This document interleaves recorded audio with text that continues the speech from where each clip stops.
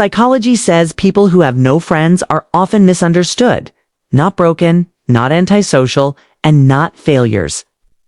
In many cases, their brain works in a way that makes normal social life feel draining, shallow, or simply unnecessary.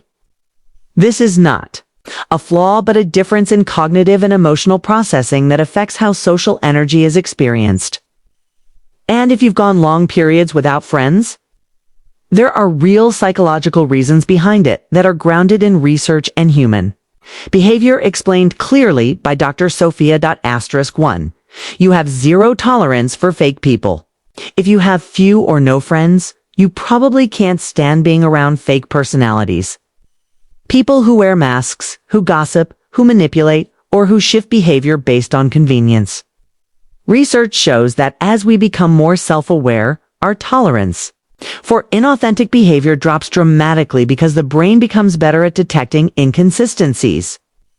You'd rather be completely alone than sit through shallow conversations with someone. It's performing instead of being real. Most social circles are full of people who smile to your face and talk behind your back. And over time, the mind learns to recognize these patterns quickly. Your brain picks up on manipulation, lies, and hidden motives instantly through tone, micro-behaviors, and emotional cues. So you keep your circle small, not because you're antisocial, but because you're protecting your peace, mental clarity, and emotional balance. *2. You prefer depth over quantity in every relationship. People without friends aren't avoiding relationships. They're avoiding surface-level relationships that feel empty and repetitive. Research shows that individuals with deeper thinking patterns prefer quality over quantity because their minds seek meaning rather than stimulation. They don't want small talk, fake friendships, or draining personalities that revolve around appearances and status. You can't stand small talk, the how's the weather conversations where nobody actually listens or connects. If a topic has no depth, no real substance, you're not engaging because your mind needs purpose. You only connect deeply, which is rare, and when it happens, it feels natural and effortless. If you want to talk about ideas, psychology, what drives people, what makes life meaningful, and how experiences shape identity. So instead of forcing connections that feel empty, you choose to stay alone until you find something real, stable, and emotionally intelligent. *3. Your brain needs more recovery time after social interaction. Some people naturally have a more sensitive nervous system, meaning social situations drain them faster even if the interaction is positive. Psychology calls this high social sensitivity, and it affects how stimuli are processed. After interacting, your brain needs longer breaks to recharge and return to baseline. This doesn't mean you dislike people or fear connection. Your brain simply burns more energy during social contact because it processes more information at once. While extroverts gain energy from being around others, every conversation costs you something mentally and emotionally. You process information more deeply, pick up on more emotional cues, notice subtle changes in behavior, and analyze interactions on multiple levels. You conserve social energy because for you, it's a limited resource that must be managed wisely. After socializing, you need complete solitude to recover, reflect, and reset your nervous system. *4.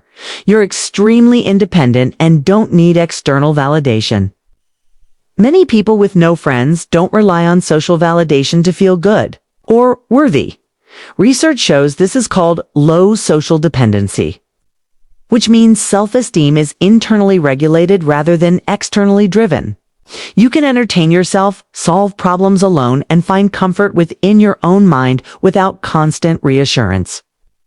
Instead of needing a circle around you, you create your own world filled with interests, routines, and inner stability. Don't rely on others for validation, entertainment, or motivation because your sense of self is already grounded. This makes you seem distant, but it's actually strength, emotional maturity, and self-sufficiency. Your standards for friendship are extremely high, and you don't let just anyone into your personal space or inner life. While most people collect acquaintances to avoid loneliness, you're selective about who gets access to your time, energy, and trust. 5 Past experiences taught you to think twice before trusting. People with no friends often have one thing in common: a past experience that made them cautious and observant. This could be betrayal, childhood neglect, emotional abandonment, or being surrounded by the wrong people at a vulnerable time. Psychology shows that once trust is broken, the brain becomes protective and selective as a survival response. You think twice before giving someone access to your life because your mind remembers patterns that caused pain. You've been burned before, so now you observe longer, listen more, and rush less. You test people before you trust them, watching consistency rather than words. This creates what psychologists call a trust threshold, a higher bar people must clear before you let them in, which reduces emotional risk and disappointment. Here's what this means. If you have few friends, it doesn't mean something is wrong with you. It means your mind works differently with more awareness, sensitivity, depth, and higher standards. You have a richer inner world, sharper intuition, and deeper self-awareness than most people around you. You value peace over noise and meaning over attention. Sometimes the people with the strongest minds walk alone for a while, not because they are lost, but because they are selective about where they belong. If you want more psychology videos that explain your personality in ways school never taught you, shared thoughtfully by Dr. Sophia, hit that subscribe button right now, because the next video might reveal something about yourself you've never realized.